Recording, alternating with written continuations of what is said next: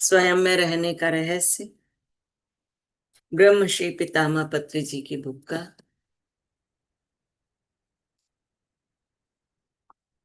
अब वो बता रहे हैं आनापान सती ध्यान। पाली भाषा में आनापान सती शब्द का अर्थ है अपने समस्त ध्यान व चेतना को अपनी सामान्य स्वाभाविक श्वास प्रक्रिया पर ले जाना। आन का अर्थ है श्वास लेना, पान का अर्थ है श्वास छोड़ना, सती का अर्थ है श्वास के साथ मिलकर रहना।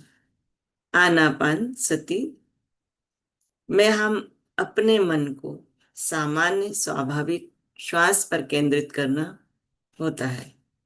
यह कार्य हमें श्वास के साथ अनायास और आनंदमय एकता की अनुभूति कराता है। कोई मंत्र उच्चारण नहीं, किसी भी देवी देवता के रूप को हमें मन में स्थापित नहीं करना है और हठ योग के किसी प्राणायाम संबंधी अभ्यास या कुंभक जैसे श्वास को रोकना आदि करने की आवश्यकता नहीं है। किसी भी प्रकार के सुखासन को चुना जा सकता है। हमारा आसन या बैठने की मुद्रा यथासंभव आरामदायी होनी चाहिए, जिसमें हम देर तक आसानी से बैठ सके। इस तरह के हमारा आसन होना चाहिए। हाथों में हाथ और उंगलियों में उंगलियां बंधी रहनी चाहिए, आंखें बंद रहनी चाहिए। हमारा ध्येय है यथासंभव मन में सामान्यतः लगातार चलती रहने वाली भटकन को रोकना, व्यर्थ विचारों के जन्म लेते ही तुरंत उन्हें समाप्त कर देना। ध्यान के 3 चरण बताए गए हैं: आनापान सती, कायानुपासना और विपස්සना। आनापान सती आन प्लस अपान प्लस सती, यानी उच्छ्वास निश्वास के साथ एक हो जाना। जब हम अपनी प्राकृतिक श्वास के साथ एक हो जाते हैं तो मन विचार शून्य हो जाता है और विश्व ऊर्जा शरीर में प्रवेश करती है। कायानुपासना शरीर के भीतर होने वाली गतिविधियां जब विश्व ऊर्जा पर्याप्त मात्रा में शरीर में प्रवेश करती है तो हमारे शरीर की 72,000 नाड़ियों की शुद्धि होने लगती है, जिससे शरीर के भीतर होने वाली गतिविधियों का अनुभव होता है। इस स्थिति को कायानुपासना कहते हैं। विपස්සना विशेष रूप से देखना या विशेष दृष्टि होना। जब नाड़ी मंडल शुद्ध हो जाता है तो हमें विभिन्न प्रकार के दिव्य दृश्य दिखाई देते हैं।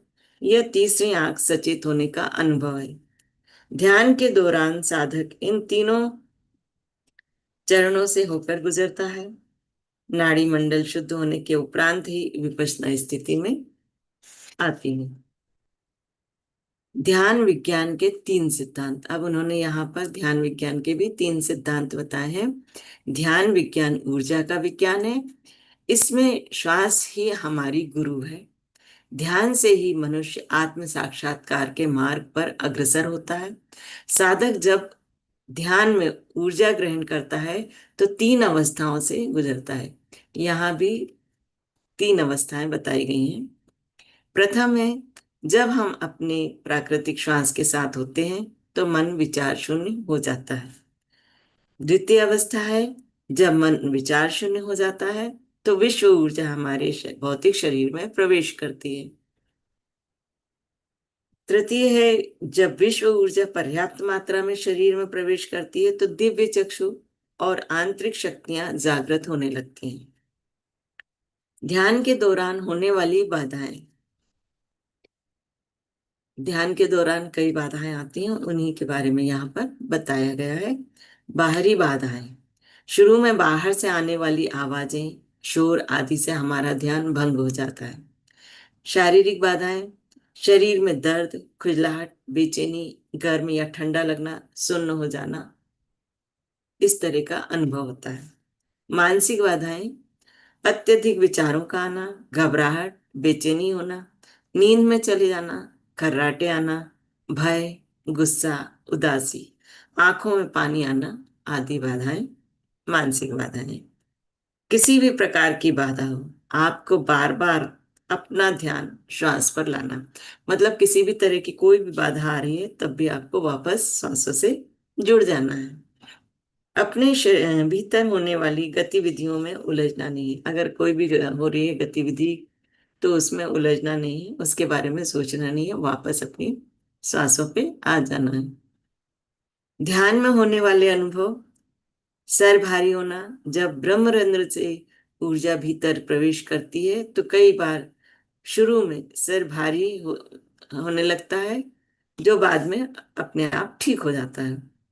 शरीर में हल्कापन, जब सूक्ष्म शरीर स्थूल शरीर से अलग होता है तो हमें स्थूल शरीर का वजन महसूस नहीं होता है। रंग दिखना, रंग भी ऊर्जा के विभिन्न रूप है।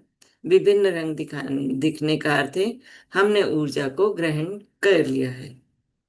विभिन्न आकृतियां दिखना, आंखें बंद करने से हमें अपने मन में अनेक आकृतियां दिखने लगती हैं। हमने आंखों से जो देखा है वह सब ध्यान में हमारे मनस पटल पर उभरने लगता है। धीरे धीरे हमारे मन की शुद्धि होने लगती है। शरीर में दर्द और शरीर का घूमना, जब ऊर्जा हमारे नाड़ी मंडल को शुद्ध करती है तो शरीर में दर्द महसूस होता है। ऐसा होने पर दवा लेने की जरूरत नहीं है। ज्यादा ध्यान करने से हम भौतिक शरीर की बीमारियों से छुटकारा पा लेते हैं। जब हमारा सूक्ष्म शरीर भौतिक शरीर से बाहर आता है हमें अपने भीतर ही घूमने का अनुभव होता है। इसे एस्ट्रल ट्रेवल कहते हैं। दिव्य चक्षु, जागृत होना। कुछ ध्यानियों को पूर्व जन्म की कुछ घटनाएं या प्रकाश आदि दिखाई देते हैं। पहाड़, नदी, झरने या सुरंग के भीतर चलने का अनुभव भी होता है। ज्ञान चक्षु, जागृत होना। एस्ट्रल ट्रेवल के दौरान हमारा सूक्ष्म शरीर मास्टर से संदेश लेता है। इस दिव्य ज्ञान से हमें अपने जीवन में लाभ होता है और ज्ञान बांटने से बढ़ता है। जब हम ज्ञान को बांटते हैं तो और अधिक बढ़ता है। अन्य अनुभव, कुछ ध्यानियों को फूलों की सुगंध, मुंह में स्वाद, अलग प्रकार की ध्वनियां भी ध्यान में सुनाई देती हैं। जब ऊर्जा 72,000 नाड़ियों में बहती है और ऊर्जा केंद्रों, मतलब चक्र, चक्र जो है वो हमारे ऊर्जा केंद्र हैं, को शुद्ध करती है, तब शरीर के कई हिस्सों में विभिन्न गतिविधियां या विभिन्न योगिक क्रियाएं होने हो सकती हैं। कई बार शरीर में कंपन, झटके या गर्म या ठंडी तरंगों को महसूस किया जा सकता है। जब प्राण शक्ति अत्यधिक मात्रा में शरीर में प्रवेश करती है तो चयापचय, मतलब मेटाबॉलिज्म कम होने से श्वास की गति कम हो जाती है और साधक समाधि स्थिति में पहुंच जाता है। किसी समय ऐसा भी लगता है कि हम श्वास नहीं ले रहे हैं, लेकिन जैसे जैसे ऊर्जा स्वतंत्रता से बहने लगती है तब सब कुछ सामान्य हो जाता है। हर एक अनुभव अपने आप में अद्वितीय है। हमें अपनी अनुभव तुलना दूसरों के अनुभव से नहीं करनी चाहिए। अनुभव बताते या सुनते समय हमें हीन भावना, उच्च भावना, आलोचना, स्पर्धा आदि महसूस नहीं करनी चाहिए। हर अनुभव को कृतज्ञता के साथ स्वीकार करके आगे बढ़ना है। अनुभव ध्यान मार्ग में सूचक स्तंभ है। अनुभव अस्थायी है।